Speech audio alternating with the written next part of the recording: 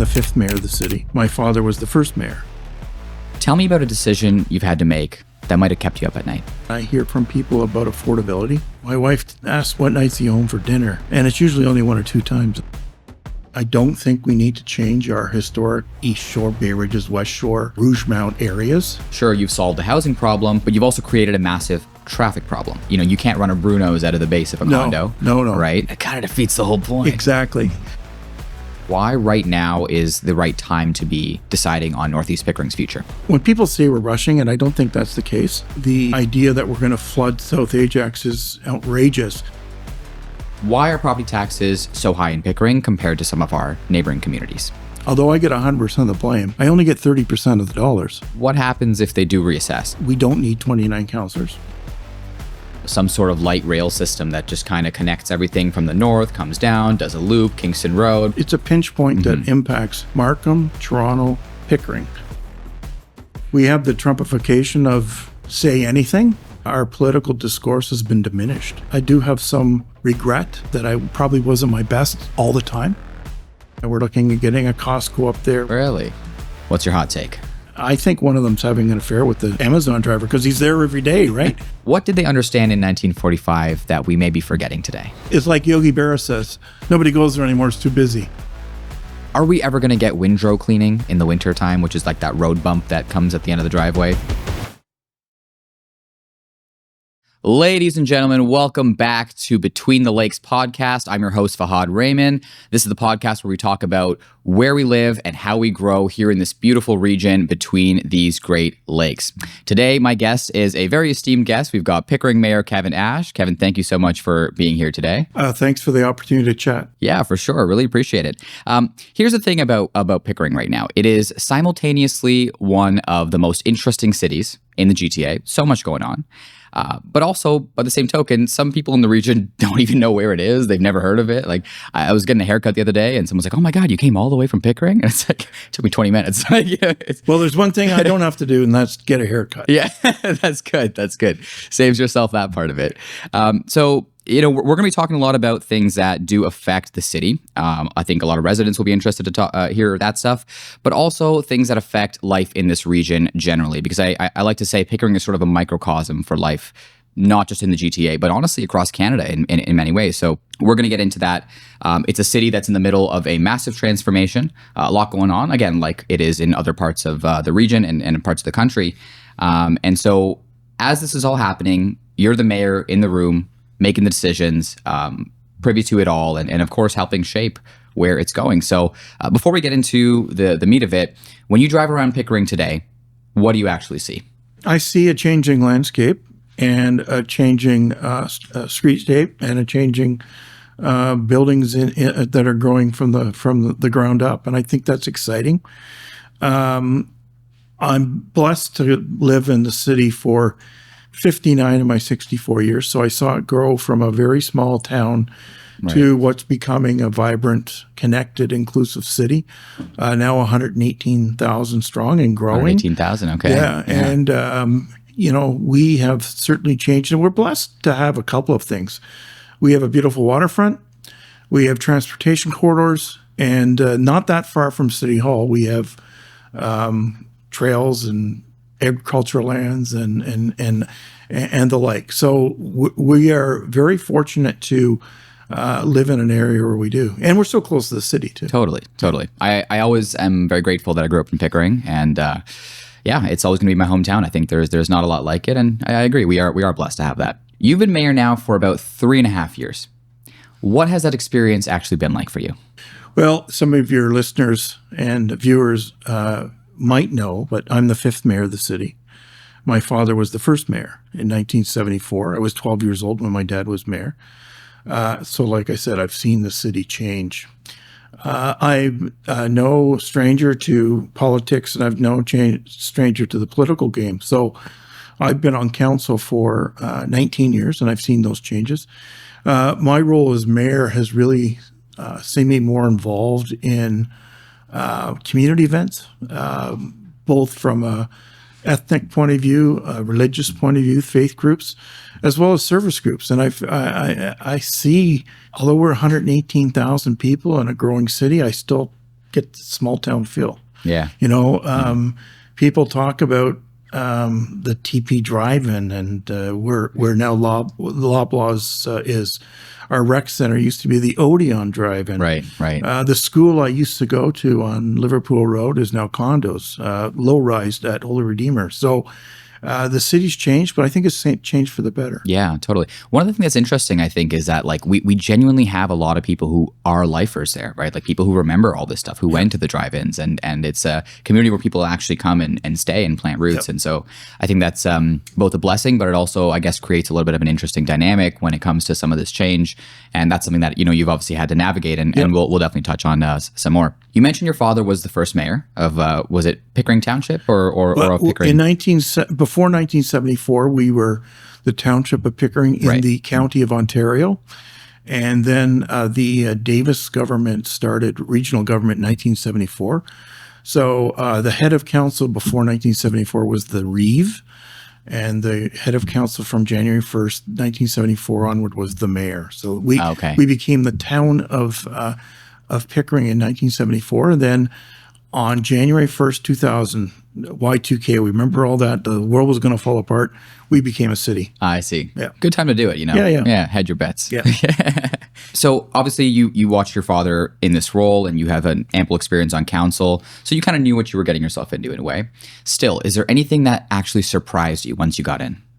Yeah. I did have an opportunity during COVID to serve as acting mayor because Mayor Ryan was absent for medical reasons. And I didn't use his office. I stayed in my office because it was his office. It's now my office. And there was a lot more day-to-day briefings, staff work. And there's a lot of requests on your time. I'm in City Hall pretty much every day, and then I'm out in the community every weekend. So my wife asks me usually on Sunday, what nights are you home for dinner? And it's usually only one or two times a week. So the scale of the job is big. It's one that I sought, and I hope to continue for a while. Talking about that now, you're in the role of mayor now, and things are moving fast, and there's so much happening, and a lot you got to be involved in. Tell me about a decision you've had to make that might have kept you up at night. I hear from people about taxes, and I hear from people about affordability. So I have to make decisions because the premier and the government gave strong mayors, and I embrace those to do the budget. So I try and balance that responsibility with a view about affordability, because I do hear from people struggling. Just around the corner from City Hall is our food bank. It's lined up Tuesdays, Wednesdays, and Fridays. Right. But what I did with the budget, when I took over the budget, it was 3.99. It then went to 3.75. This year is 3.49. Compare that to the year I didn't do it and council did it was 7.99. So the budget is a big job. You know, we're 100 million operating, about 60 to 80 to whatever million capital each and every year. So that is a big part of it. So that's really the big thing that's top of mind, right? About responding to people's concerns about affordability. Right. And I guess the budget is a place where you kind of really feel that push and pull, because obviously the city needs funds, but then you know the situation with people, and I guess you're cognizant of that. Yeah. So I pay taxes too. Yeah, that's right. Let's zoom out for a second, because like I said before, I think Pickering is actually a very useful lens to look at what's happening across the whole country right now, right? It's a microcosm. We have the development push versus the conservationists. We've got left-wing voices on council, and then some very right-wing voices on council. We're growing fast, and the existing population is really feeling those growing pains, I would say. So these are things that are happening in municipalities and provinces all across the country. So what has it been like being right in the middle of this and having to navigate it? The pace of change is of concern to many. You mentioned our residents; some of them are lifers. Yeah. So they're seeing a skyline changing in terms of condos. During the last election, you kind of made the debate center around the future of Pickering in terms of condos. Right. But the reality is, since that election, we have 7 that have been under construction, 3 at Universal City, 2 at Center Court, 1 at Viewpoint, and then Orchard Villa, which is approved by an MZO. Mm-hmm. So we had much debate about those 75 condos, which is actually now planned many more. It's more than that. Yeah, so it's almost about 100, so 103. About 100, yeah, exactly. So, but the reality is the market's changed. Right. So being in the middle of it, we have to be mindful that people are concerned about that. But I see the condo market as an entry into the marketplace for a lot of young families, or the exit to the marketplace for seniors who want to, the lifers who want to stay. And all those buildings I talked about are all in our city center. So there hasn't been the proliferation of condos along Kingston Road. They've all been in our city center. They're transit supported. Many of these places, you're a realtor, less than half the parking spot is sold per unit. People are using transit, GO Train, Rapid Bus, Uber, whatever. Parking spot now costs $55,000 to $75,000. Yeah. That's a lot of money, especially for a young executive or a family. So being in the middle of it, I completely understand people's concern. So we have to build in a responsible, managed way. On that note, there are people in Pickering and elsewhere that, obviously there's some people who support this all, they understand, they want the growth. There's many who are actually very excited about the city that we can build. And there's people who, like we said, prefer the older ways. They miss the drive-ins, they miss the empty roads when the 401 was just a wee little, they miss all that. And they might feel like their city is being taken from them, at least the city that they knew. Is there a version of this that works for everyone, or will there be winners and losers? Well, I think our growth will happen. So it's a question of, instead of jumping in front of a train, jump on the train and try and steer it. And I think having development of height in our city center along our transit corridor is the way to go. I don't think we need to change our historic East Shore, Bay Ridges, West Shore, Rougemount areas. I think they can be protected. We have other growth areas in Seaton, only 30% built out. And we are currently in the process of making decisions about Northeast Pickering, which is 70,000 more people, 10,000 more jobs, but a decade to 3 decades away. So we have to plan for the long term. That's a big one, of course. Well, we'll get into that a little bit. But we have to plan for the long term. So we're better to have our density, though, in our city center. So I'm excited about that. It protects the character of some of those neighborhoods. I grew up as a kid in Bay Ridges, grew up as a young adult in West Shore, and grew my family there as well. So I get it. Yeah, no, it makes sense. Is there anything that we can do to actually kind of balance the deal if they feel like, hey, we had it this way and now we're having to compromise on maybe traffic or transit? Is there anything that we can do to actually balance that deal for them and make it feel like, they're getting something out of it too? Well, I think as we grow, and as we get farther away from our formation of a town and a city, we're seeing renewal of our infrastructure. We're opening a brand new rec center in Seaton, $250 million. We're opening the new Dorsey Community Center in Greenwood, attached to our museum, which will have our archives exhibit space. We have an award-winning library that's we invest in. So we're seeing the investments that are happening. And also the growth that we have been doing in the last couple of years, we've been rewarded from the Building Faster Fund. I'm one of a handful of municipalities that have exceeded their target for all 3 of those years. And those monies, $5.2 million, and hopefully the same for last year, is used for road infrastructure. So we're paving more roads that need it. So there is some benefit from our growth.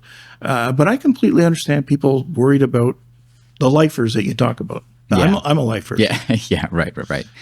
Awesome. So let's get into some of the specific issues here, because obviously there's a lot on the table, a lot happening right now, especially as we head into potential election time as well. So let's talk about housing. We're currently approving thousands of new homes, but the transit to move those people around is not really being planned or, implemented at the same pace. If tens of thousands of people are added to the same roads, sure, you've solved the housing problem, but you've also created a massive traffic problem. So how do we build what we need without making gridlock the price that people have to pay for it? Couple things. The government of Ontario is widening the 401 as they continue to go east. The government is doing an EA right now for the doubling of the size of Highway 7. I'm actively on the file about the twinning at Taunton and Steeles to make so necessary. There's pinch points there. So necessary that we have to do better. Right. The rapid bus line is starting at the Scarborough border and will be working its way east through Durham, and finally the GO train. The GO train, we need to have express trains back on, and we need to get to the point where people don't look at a schedule of the GO train; they just show up. And there's that'd be the best. Yeah. Just like the subway. You don't know when the subway's coming. You show up and you wait for the next one. Right. And I think we need to have that type of frequency so that it's meaningful for people and a real alternative to the car. And I mentioned those new housing units in our city center, 0.4, 0.5% per unit of a parking space. So I get it, but we got to do more connection between road systems from east to west, and we got to make transit work for people. Yeah. Also, I guess north-south becomes an issue too with all the stuff happening in the north. White's Road, it's not really that. White's Road's going to have to be widened. Brock Road north of Taunton is 2 lanes, got to be widened. Sure. All those things got to happen. Yeah. And especially, we had the fortunate of them taking off the tolls, but that ends at Brock. People now get off at Brock, and they go down to the 401 because they have to pay then. Right. And it's two lanes, so we have to do that. Yeah, for sure. For all of Durham region, really, absolutely. Getting to Oshawa and all that stuff. So those are all good things. One of the things that we're seeing with this transformation is that it's kind of a trend that's happening all over North America. You've got an existing plaza, right? Little row of stores, and then you have these massive parking lots. Developers, landowners are realizing that, hey, there's a lot of value here, and there's obviously a demand. So these plazas are being converted into high density, usually residential. So, and obviously that serves our housing needs, and that's great. But one of the consequences of that is that there's an erosion of commercial space that's happening. In many of these situations, there's actually a net reduction in commercial space that's occurring. So what do you, as mayor and council, have the power to do to ensure that we're not like adding tens of thousands of residents, but then like taking away from commercial space? Is there anything that you can actually do in that regard? Well, for instance, we had our planning meeting on Monday, and the plaza at Pickering Parkway in Brock, which is now where Staples is, and Cora is, and all that plus stuff. Cora's, They're going to be 13 towers. 13 towers there. That's right. But, it's seven phases. So they'll be able to move some commercial tenants around and then relocate them. And that's one of the questions that councillors pose to these. What's your plan to support the mom and pop rather than the chains, although the chains are important? And also, we're seeing a changing marketplace in terms of retail.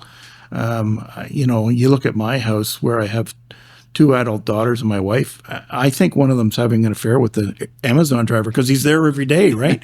So, but I think we do have to have an adult conversation about protecting those commercial and supporting them in terms of how that development can occur, being mindful to the surrounding communities as well as those commercials, because small business is the backbone of our economy. That's it, too. right? That's it. I mean, these are the spaces where people will start their businesses, and it's the local coffee shop you go to, or that cool store, and this is how people spend their time. And so, and I can tell you, right at Rougemount and Kingston Road, we have plans now for 4 condos where Bruno's is. And that's right. Bruno's is kind of legendary. That's a staple. Exactly. Absolutely. But so is the dentist. So is the fruit store there, and the restaurant. So So it seems like you're kind of on the same page about the importance of it, but still when you see these proposals come in, it's like maybe they have one little store, like, and it's just not, you can't run a Bruno's out of the base of a condo. No, right? no. And so these things are being eliminated. And when you look at it in totality, sure, it might be 10, 20, 30 years away, but this stuff's going. And without that, it's like, what if we're just residential condos? Yeah, I think that's something people look at and are weary of. I think we need more streetscape than a tuck shop. We need a mixed use, maybe an office component as well as a retail component, as well as a restaurant component in all of these, because you have a captive audience too, and you have to be mindful about, we're still suburbs. We still need a car to run in and run out, as opposed to we're not Toronto. They don't want to be Toronto. Yeah, so. Right. And we're not right beside a subway, so. Yes, and these things are all important. So I think this kind of bridges into my next question, which is typically these towers in Pickering are mostly residential. Maybe you've got a little bit of commercial space at the base, but the reason the condo model works downtown is because you'll have these mixed use developments. Maybe you have some office in there, or you've got an actual grocery store at the base, and then a coffee shop, and then another store and a restaurant, and the entire ground floor is usually retail, and that works so well because I need something, I can just go downstairs. There's a grocery store, it's across the street. And I think that's the model that Center Court's looking at for their 55-acre master plan on the site now called the Shops at Pickering City Centre.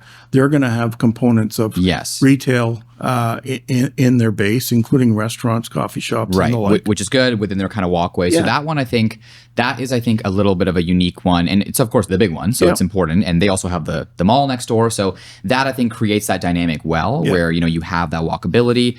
Maybe you don't need to get in the car, right? You can go to the grocery store, you can do your things. Another smaller example is San Francisco by the Bay, where they do have 6, 8, 10. Some retail, Domino's, and some pharmacy and stuff like that. I think of cleaners and stuff like that. which is good. But what we need, as I see in Toronto, is these kind of small food shops that are kind of quasi grocery stores. Yeah. So Rabbi? Yeah, exactly. A little like mini Longos, right? Market by Longos or something. Yeah.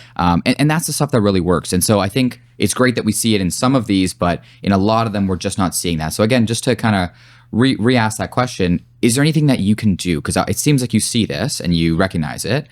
What can be done as mayor and as council to like kind of push us in that direction? Because you can only build this stuff once. Right? Yeah, well, I mean, we can demand more commercial. Landowners and developers want as few as possible. We want as most as possible.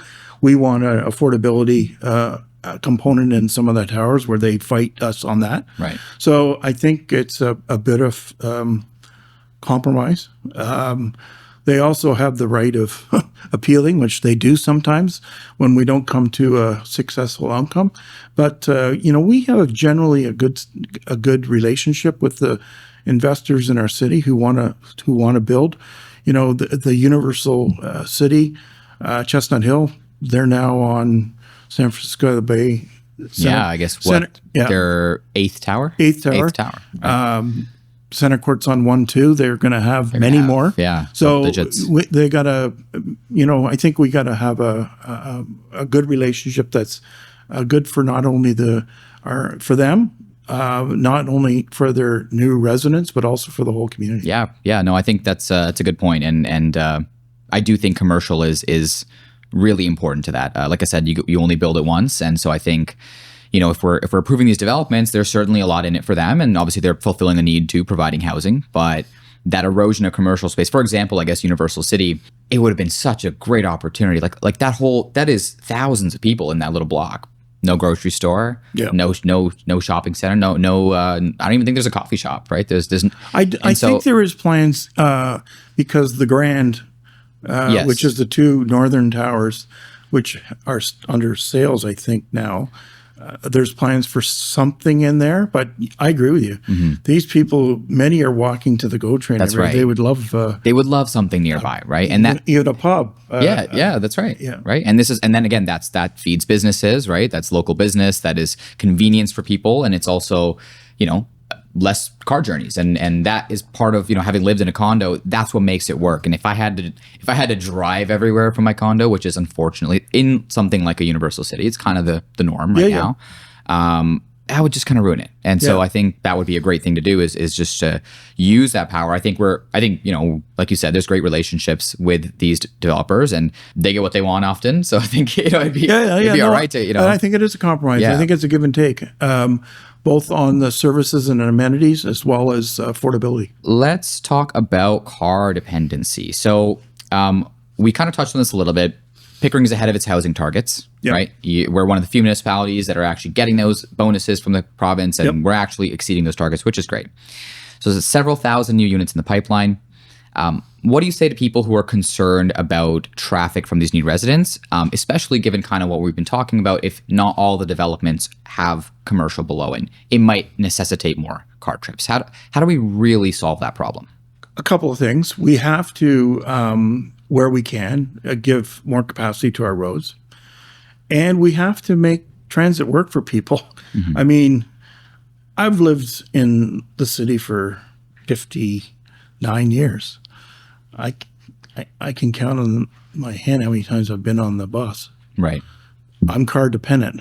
Although on the other hand, I often go to the city and I take the GO train, but I drive to the GO train. Right.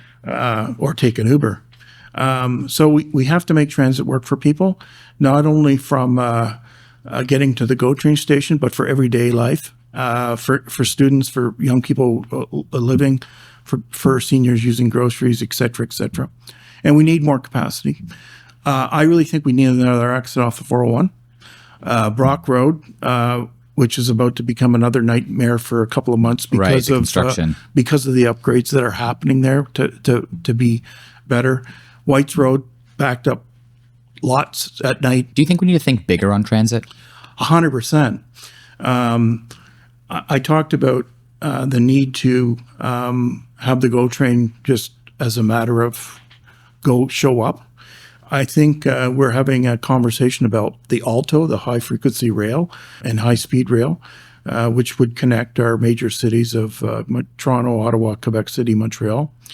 And I'd love to be part of some type of connection with Scarborough. You know, they're going to extend light rail or subways out to Scarborough. We're not that far from them. The Durham Rapid Bus Lane will be starting from Altona Road right through to Oshawa. Pickering is the first go at it. That'll help for sure. Absolutely. And I think long term, we'll have medians, so traffic will be going faster east-west with less turning. I think long term, the answer for transit's like they do in York, down the middle. We do have the historic downtowns of Whitby and Pickering Village, pinch points. Very hard. Yeah. Very If hard. I'm not mistaken, the current plan, it's no longer going to be dedicated lanes in those areas, right? Which it kind of defeats the whole point. Exactly. It's like, and we have one too, where the rail line is, right at east of Fairport. okay, right. The bridge is going to be, it's a pinch point. It's a pinch point. yeah. I mean, is there any way around that? Because it just seems You like could tunnel. You could maybe do the bus lane through the hill type thing. Right. But that's another pinch point. So I think the rapid bus is something.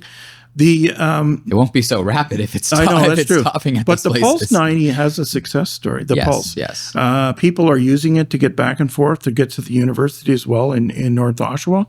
And we need it to be equally successful in going into the Toronto to hook up with the TTC. Let's talk about Northeast Pickering. So for those who don't know, Northeast Pickering is an area roughly basically north of Ajax. Yes. Right. Currently just all green space. And there is a big secondary plan being planned and talked about and discussed right now to develop a lot of that portion. You said potentially roughly 70,000 residents up there eventually? 70,000 people, 10,000 jobs. 10,000 jobs. Yeah. So effectively like a city within a city, kind of, right? Yeah. I mean, you think of Belleville, 60,000 people. Yeah. That's wow. like that. That's right. Yeah. So yeah, it's a city within a city. So if I'm not mistaken, council just deferred that vote on Northeast Pickering. It's coming back to our council meeting on the 27th of April. Okay. Yeah. Okay. Got it. Tell us how we kind of got to where we are and why right now is the right time to be deciding on Northeast Pickering's future. Northeast Pickering has been in what's called the White Belt. White Belt is kind of planned for the future for over 20 years. There was a process initiated at the region called Envision Durham, where we looked at growth areas, and Northeast Pickering was included in Envision Durham, and that was approved in May of 24. Actually, Northeast Pickering was delayed until December, but the government approved the Envision Durham for Northeast Pickering in December of 24. So we're 16 months later. Secondary plan studies have been going on for 5 years. So when people say we're rushing, and I don't think that's the case, although I understand there's a perception about that, but the reality is the secondary plan is the beginning of a process. It's not the end of a process. It kind of sets the framework, right? Right. It sets the framework for what studies are being required. It kind of puts placeholders on what can be developed and when and where. And it's also important to know that if it's not city initiated, a developer can bring in their own secondary plan, and the policies and financial safeguards would be absent from that, and it's appealable if we, for whatever reason, don't turn it down. So. Right. These appeals go to the province, right? Well, they go to the Ontario Land Tribunal. Yeah. And then who appoints that? Is that appointed, or is that? The Ontario Land Tribunal is appointed by the province. Appointed by the province. So effectively, the decisions go up to the province, and then if they want to move forward with something, it's going to happen, effectively. The Ontario Land Tribunal is quasi-judicial, hopefully arm's length, but it does make decisions that support provincial priorities, no doubt about it. Right. Makes sense. So I guess the reason to do it now is to be able to get ahead of all of that. That's right. All of that and, Yes. and set the stage. So let's say this goes forward and we create the secondary plan. When should people expect actual development, shovels in the ground, if this goes through? I would think infrastructure would take into the early 30s. So you're talking 6 years anyway. And I think build out would be 20 years after that. So we're talking about 2051. Wow. Which is kind of our long-term goal. That's 25 years. Yeah. Okay. And I guess you've heard the concerns about the flooding and the water systems and all that kind of stuff. Like, what can you speak to on that? Like, I would imagine that they wouldn't build if that was going to be the case, but I don't know the specifics. Like, have you heard as mayor on that topic, and what can you do to reassure people that if this is happening, it'll happen responsibly? It obviously will happen responsibly. Rainwater, stormwater, you have to maintain it or control it. I think that the idea that we're going to flood South Ajax is outrageous. I think we have a moral responsibility to protect that watershed of Carruthers Creek. I think that with modern stormwater technologies, that water quality can be better controlled and probably increased. People have some belief that farming is clean. The reality is the creeks from animal waste, chemical runoff, all those things are not necessarily good from a farming perspective, although there's farmland that's important. So the modern way of dealing with storm runoff is far cleaner than a typical way that you farm. So I can assure people that we're mindful of this. We also are mindful that, we've already had 2 watershed studies. There's going to be a 3rd watershed study on this. TRCA is a full partner, Toronto Region Conservation Authority, and we want to work collaboratively with farming community, environmentalists, as well as potential landowners. Right. And I think one thing that, I've seen through my work in real estate is that, a community, it doesn't get built. It doesn't get approved unless there's a plan for stormwater management. Right. Like there's like integrated lakes within each community. Right. You got the little drains in the backyards and everything. Yeah, and you have either a stormwater pond or you have now underground tanks.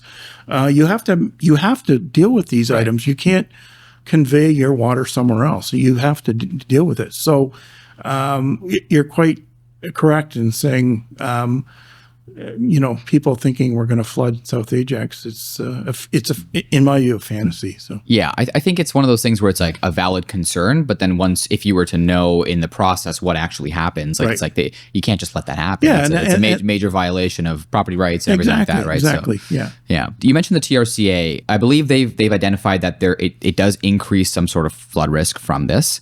If not mitigated. That's the key in it. Right. Okay. So then basically you work with them to make sure that it's being mitigated correctly. That's right. And at that point it can move Yeah, forward. I think the numbers are like it's 77% more likely to flood downstream if there's no mitigation. Well, obviously you've quite rightly articulated that it's a legal requirement to mitigate the storm water. So. Right.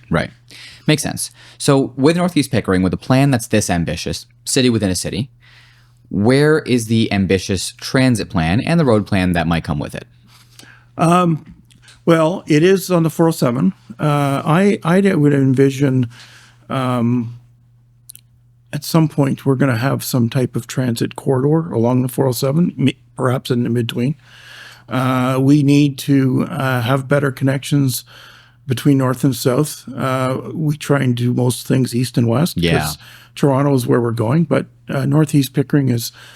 We'll have to have northeast. That'll change that, right? Because a lot of people coming down to the absolutely. city center, especially once we have a downtown. Yeah, we need the new more. We destination. need more north-south connectivity. I actually was in Europe last year, and I went on a group study to learn about two things. One was a gondola, and two was tiny homes. Okay. And these were in world-class cities. Paris has a gondola for transit, and Amsterdam has tiny homes. Because we're looking at a gondola for public transit up Simcoe Road. It's Oshawa, right? Yeah, that's right. Oshawa. Yeah. And the tiny homes, I think, these tiny homes were not shacks. They were beautifully designed, cool, but compact. And, right. Yeah, some of them are pretty impressive what they can do. 100,000 euros. We're talking about $180,000 dollars for one or two or a small family. So we got to look to other places in the world that have dealt with these issues that Pickering and GTA and Ontario are dealing with now. Right. If I could dream for a bit, I feel like, some sort of light rail system that just kind of connects everything from the north, comes down, does a loop, Kingston Road, back up Taunton, it's like something and like that. across to Alto with the light rail to go out to Pearson. That's right. And it's all connected. That would be something that's good. And I totally agree with your premise of let's look at what's working around the world. I guess the question is, once it gets to practicality, like how do you build something like that, right? Like, because what does that take, and what's the city's role in that?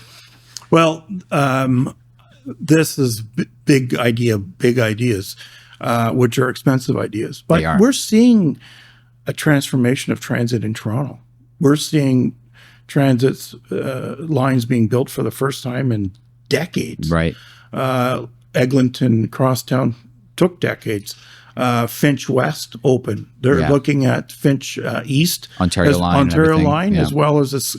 I heard Mayor Chow talking about what we're going to do for Scarborough.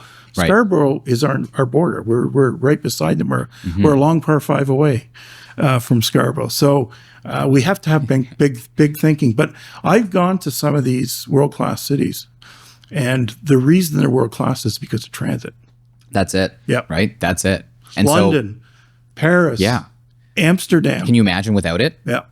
It just, who would want to live there? And it kind of just kills everything. So, as we build up, I mean, you mentioned we're at, X number of double-digit, towers built or under construction. We've got potentially many, many more in the pipeline. Yeah. We will be a city. We're going to be there's going to be an urban element to our city. There's going to be obviously the suburban element too. Yeah.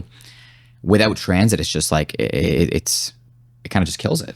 Right. And so, again, like what do you think can be actually practically done? Because I understand there's a bit of a responsibility sharing element between the region, the municipalities, and the province when it comes to transit. So how can we be ambitious? If there's people out there who listen to this and say, yes, we would like something like that. And it seems like, you would like something like that. Like, what can we actually do to move something like that forward? What would it actually take in theory? Well, I think most of our population is kind of south of Taunton. South of Roslyn, really, across the 5 lake shores. I think what you said about light rail, wouldn't it be great to have one Amazing. across Taunton Road? Totally. Because all the growth is happening Yeah. in North Pickering, in Brooklyn, in North Oshawa, as well as Clarington.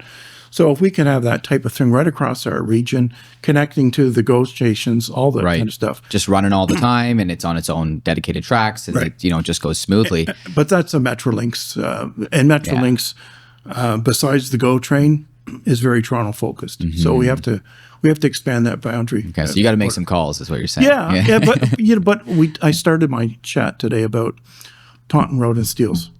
Steeles Road should not be a No, one lane. one and one. No, It's a pinch point that impacts Markham, Toronto, Pickering, and those are some of the things we have to jointly work together. So. right. I guess it starts with that before you could talk about a light rail. Yeah. No, that all makes sense. So I hope that there's more we can do there, and I hope you fight the good fight and try to bring some of that ambitious transit in with these ambitious residential plans. Now let's talk about something that I imagine you get a lot of conversations about. We kind of touched on a little bit: property taxes. Yep. So a direct question: why are property taxes so high in Pickering compared to some of our neighboring communities? Especially when we benefit from, like you said, those new housing bonuses. We have development charges, we got casino revenues, and where is that money going? And why can't we see lower rates again compared to some of our neighbors? If we compare the neighbors to the east, Pickering does have the lowest tax rate of the 5 Lakeshore municipalities. Having said that, we're much higher than Toronto. And Right. the reason for that, Toronto, Markham, I believe on as well. is business. Simply put, Toronto's residential taxes are artificially lower because of all the success they've had as being a financial center. And that's why, 85% of my tax revenue comes from the property tax base, 15 from commercial and institutional and industrial. So we have to do better there. And we're doing some things. We're the 407, we have this brand new FGF. We have Kubota's head office there. We're about to make some other announcements. So the answer to it is having more businesses. Basically, for every dollar you pay in property taxes for a resident, a farm pays 10 cents. A business pays $2.20. So that's where you got to change that focus. It'd be great if we could go from 85-15 to 75-25, those types of things.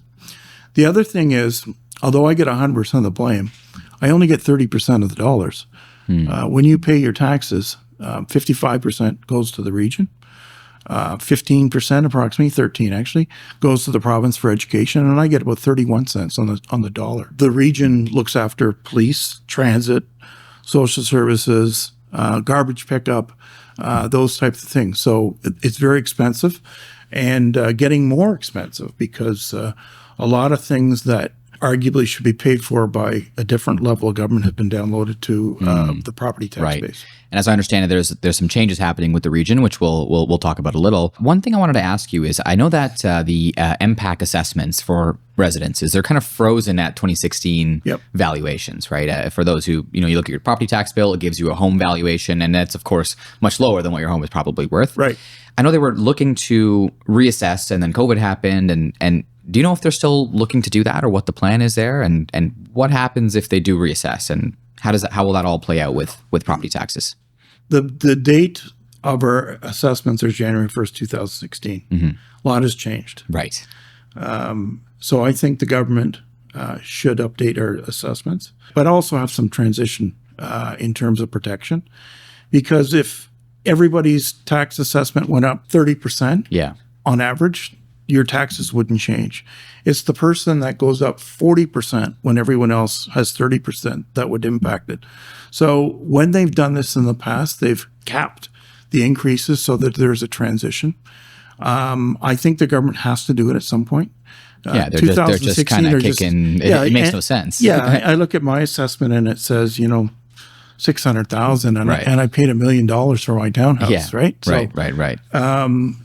which is kind of crazy in itself, but that's the market. So if your assessment goes up more than the average, you will pay more. if your assessment goes down up less than the average, your taxes will go down. Right. So is it correct that if that were to happen and, everyone's collective assessments go up, does our effective tax rate go down? Is that how it would work? Yes, that's right. So that it will effectively equals out. Okay. So you really only have to worry about that delta between, the average. And if you're above the average. That's right. I see. Okay. Sounds good. I think that'll be reassuring to people that they're not going to be looking at a 30% property tax increase whenever that happens. So that's good.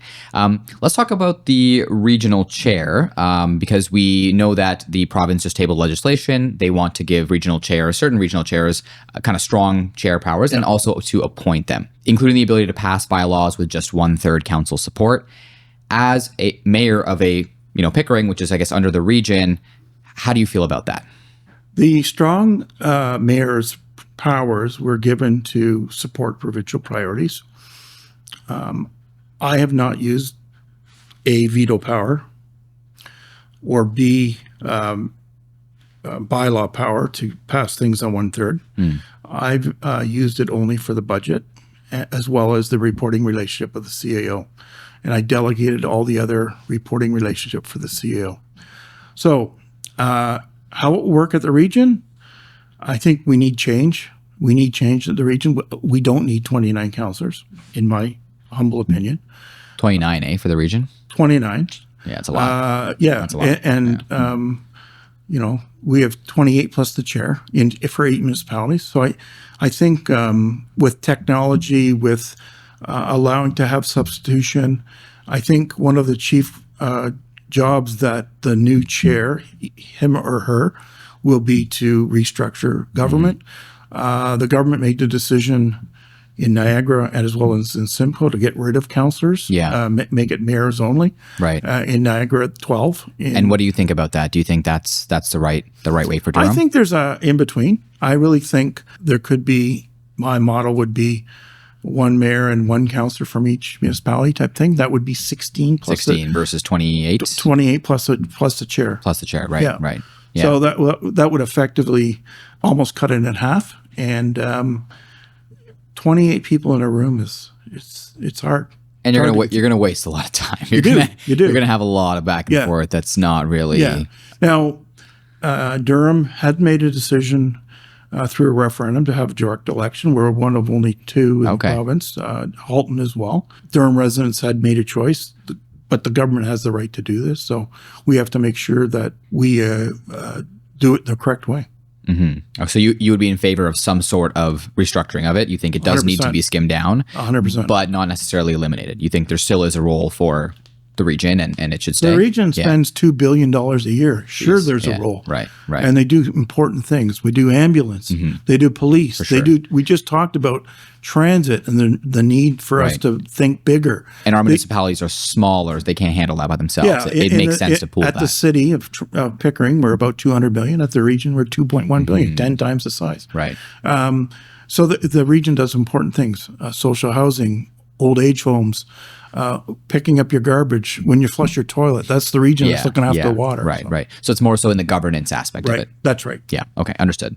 Okay. And now let's ask a simple question. A lot of people I think are wondering, are we ever going to get windrow cleaning in the winter time, which is like that road bump that comes at the end of the driveway from the snowplows? Is it possible? What would it cost? And is there a way to like find out if some people might be willing to actually pay more for that? If it's like, hey, this will be like $10 more a year. Like I'm down, like after the winter we just had, sign me up. Yeah, right. But Councillor Robinson, to her credit, did promise to investigate that. We did do a report. It would, based on the information that we had, be about a 10% increase in the property taxes, but which, again, 30%. Of the 30%. So yeah, effectively so we're talking about a 3%. About a 3%. 3%. Do the math. Right. That's potentially $250, $300, or $200 to $250 a year. Right. Would some people be willing to do that? Absolutely. Right. I guess we'll pose that as an open question. If you guys think, let us know in the comments and let Mayor Ashe know too. What do you guys think? $250 a year? Would you do that? A 3% increase and get them cleaned? That might be worth it. Yeah, because we've had a horrible winter. Yeah, and you just get trapped in your house sometimes. It's like, I can't leave. And you know what? I talked about seniors. Yeah, right. Especially for them. And we have a seniors program where if there's a snowstorm the city pays for seniors to get that done, low income, and people with disability. So it's something that we have to look at. Our seasons have become wetter, wilder, and windier. Climate change is real, and certainly we've had a tough winter. So yeah. Okay, now let's talk about something, a little matter of tension that has been occurring in the last little while. Local politics got a little turbulent over the last several years. Without getting too personal, without naming names, and it feels a little bit like I'm talking about Voldemort. She who shall not be named. What does this whole episode tell you about where local democracy is fragile? And is that vulnerability unique to Pickering? I don't think it's unique to Pickering. I think several things have impacted it. We have the Trumpification of say anything. We have social media where people feel comfortable in throwing personal insults at people. We had a period of unease with COVID, being locked up, and people needed a release. So I think our political discourse has been diminished. Right. And it's probably heightened here in Pickering for a couple of reasons. We have a very active community. We have one councillor that's a bit of a lightning rod. And I think the Trump thing's real in terms of it's acceptable to call your opponent and whatever you want to call it. It's completely changed what's considered acceptable. Right. So our discourse, political discourse has been diminished. I think it's very important that politicians continue to not block people, have an open dialogue, get some thick skin. I have very thick skin, but my wife doesn't, which probably doesn't surprise would be tough for sure. Many of your viewers today. But we have to make sure that City Hall's a people's place, people's welcome, where you can debate issues. So right. I guess when it comes to certain things where, I guess to put it bluntly, where you've got issue after issue, sanction after sanction, like, the integrity commissioner is getting involved and it's just sort of nonstop. What would you personally like to see the province do to help in situations like this while still respecting people's right, to elect someone that they wanted to, and that person has the right to be in office? Like, how do you balance that? And what do you personally think is the answer? What would you like to see happen? The councillor we're talking about has had 22 infractions of our code of conduct 6P sanctions. There is a bill before the House called Bill 9, which would have an opportunity for the Provincial Integrity Commissioner to suggest the removal of that councillor, and it can be upheld by unanimous vote.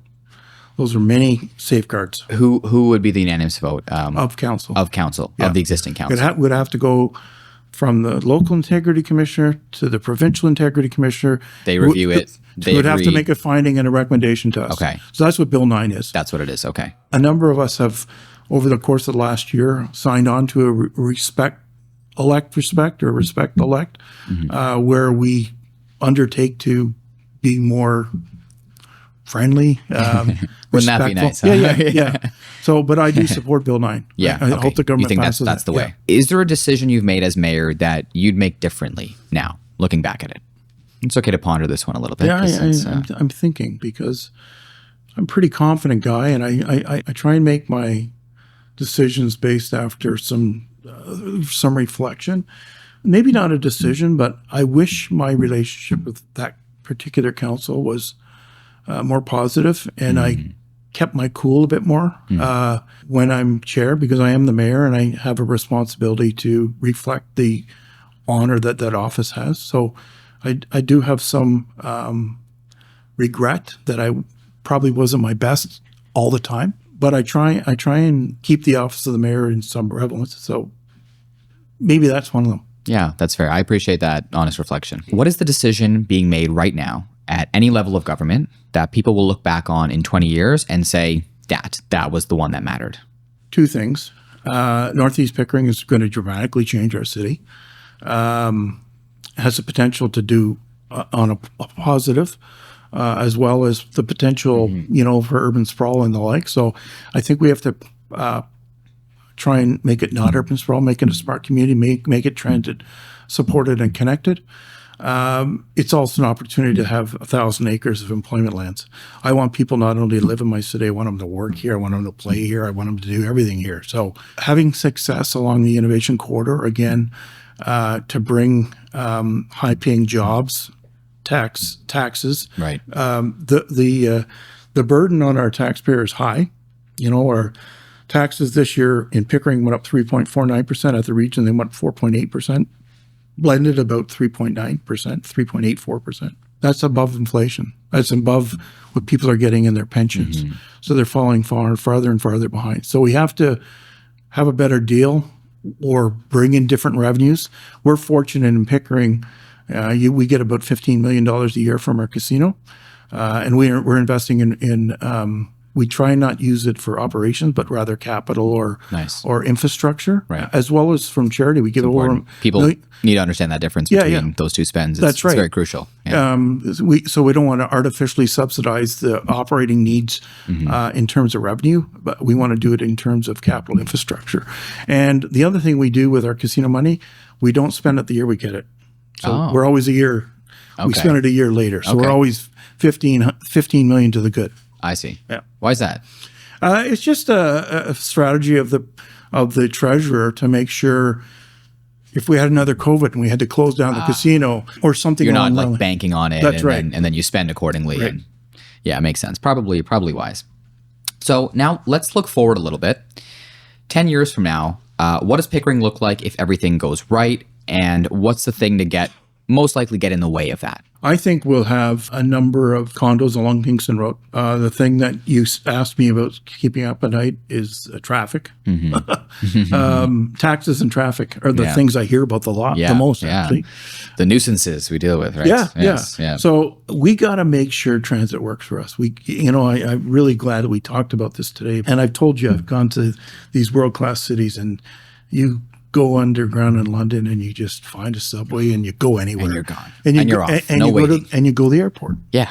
You can go to Wimbledon. You can go across town for although they have a fare system that's based on how far you go. Okay. But they have that Oyster card, like our Presto card. Yeah. So we got to think about transit and we got to think about making transit work so we don't rely on the car. You've also signaled that you're running again, or you seek to run again as mayor. What's the mandate that you're asking for this time around versus the first time you ran, versus what you've already built? Well, I indicated I want to be the jobs mayor. I think I've had some success there, and I want to continue that. I've talked about that today, about landing some big fish on the innovation corridor, getting more employment land. We have a huge opportunity now. With the federal government, there's 9,400 acres of land that they're asking for our input on what to do with that. I really think there's an opportunity for balance there.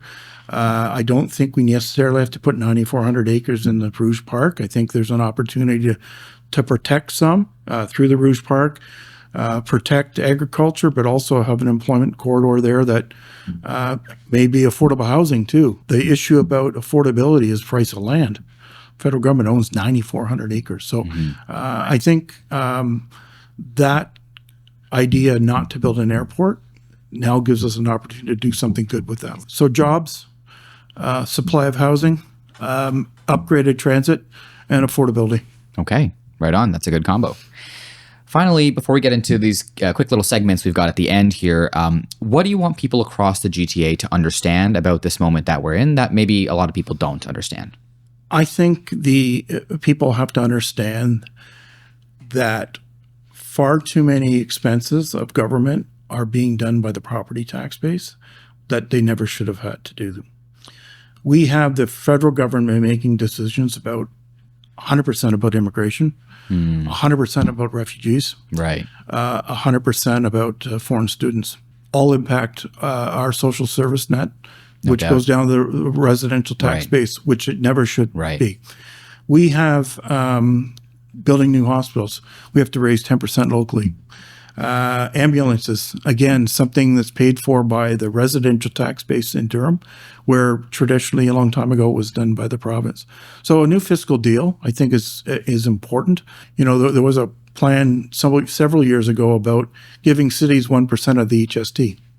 Maybe that's a way. Right. Instead of taking it off the property tax burden and giving us a share. Yeah, because there's a massive mismatch there, right? Like you said, it's a federal decision. They decide to, turn on the taps on X, Y, and Z, and all the costs get downloaded. And so there's a giant mismatch. And then, so no wonder people are kind of frustrated. And so, and as a for instance, I have Comfort Inn in Pickering, full of asylum seekers, refugees. Really?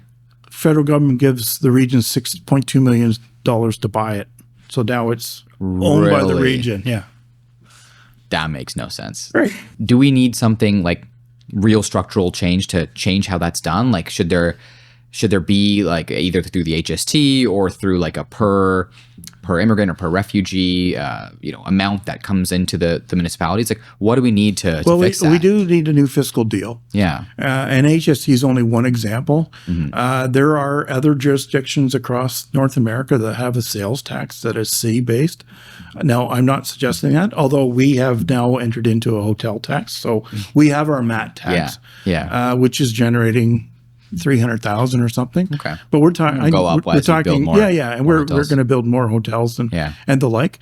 But we're paying for things that was never designed to be done by the resident. Right. Space, so. It's just we're property taxes meant to be my house, my street, my services, police, right? Plow my road, pick up my garbage, and make sure there's clean water when I turn it on. Right. That's what people think. Fire service, police, libraries, all that stuff. Right. We're paying for social housing. We're paying for homeless shelters. We're paying for all kinds of things. It makes no sense. Yeah. That's got to stop. Yeah. Well, that is a good answer to the question. All right, now let's move into, just before we wrap up, a little fun thing we like to do is 3 segments we've got. First one's called Headlines and Hot Takes, where I will read you a headline and slide it over to you. Just rapid fire. Just give me your hot take on that, or your opinion on that. We've got the development report, where we'll just talk about, I'll again give you a development, something ongoing right now. Just give me your take on that. And finally, Ontario Time Machine, where we talk about something historical. And then again, just give me your reflection and take on that. So if it sounds good, we'll go on ahead. All righty. This is all unrehearsed, by the way. This is completely, He's never even met me before. No, I'm kidding. All righty. So Ontario announces plan to slash Niagara Region Simcoe County Councils and add strong chair powers. What's your hot take?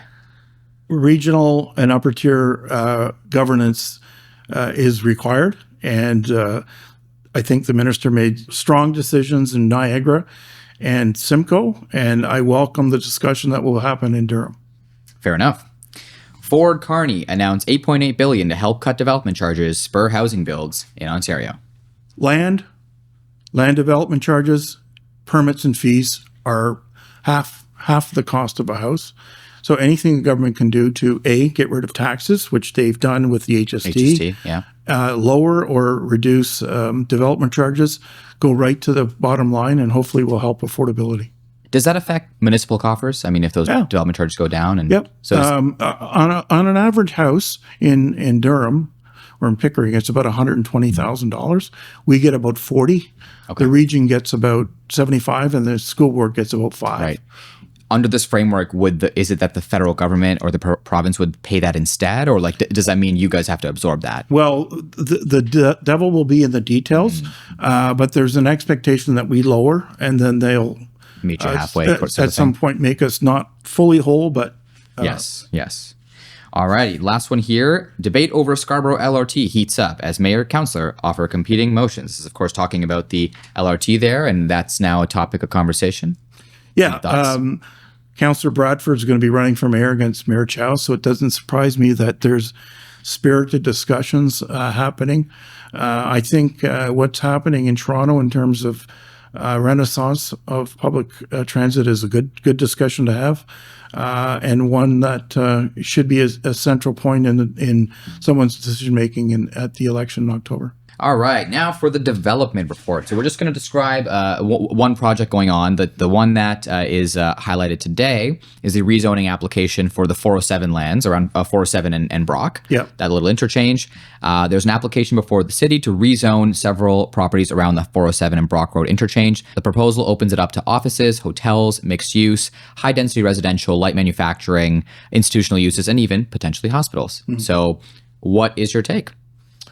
Well, I'm in very active discussions with some of the landowners up there about getting some land donated for a medical facility. I don't think we're going to call it a hospital because it's a post-acute care rehab center, but Okay. it takes the burden off hospitals because it'll place people in an appropriate care position.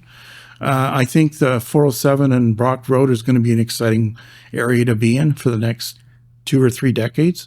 We're looking at getting a Costco up there. We're looking at getting a mosque for another place of worship. So it'll be a happening place. Right. Because they're currently very underutilized and absolutely and everything. You know, the historic hamlet of Brome there, and it's been, since the land was expropriated, it's been kind of a ghost town. So it's going to get new energy back in it. Right. Anything else you'd like to see in that pocket there? I think housing, office, they got to be integrated. Yeah. Whenever I talk about housing, I also I want jobs to go along with them.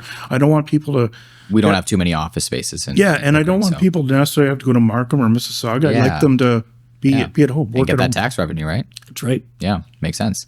Alrighty, now finally, before we wrap up, for a fun segment called Ontario Time Machine, I basically share a historical fact and we discuss it. So today we're going to be talking about something that was in the TTC Statement of Policy in 1945. So in 1945, before a single subway car ran, Toronto's transit planners wrote something that sounds like it could have been written recently. So that quote is, "The present congestion of traffic on Toronto streets threatens the very economic life of our city.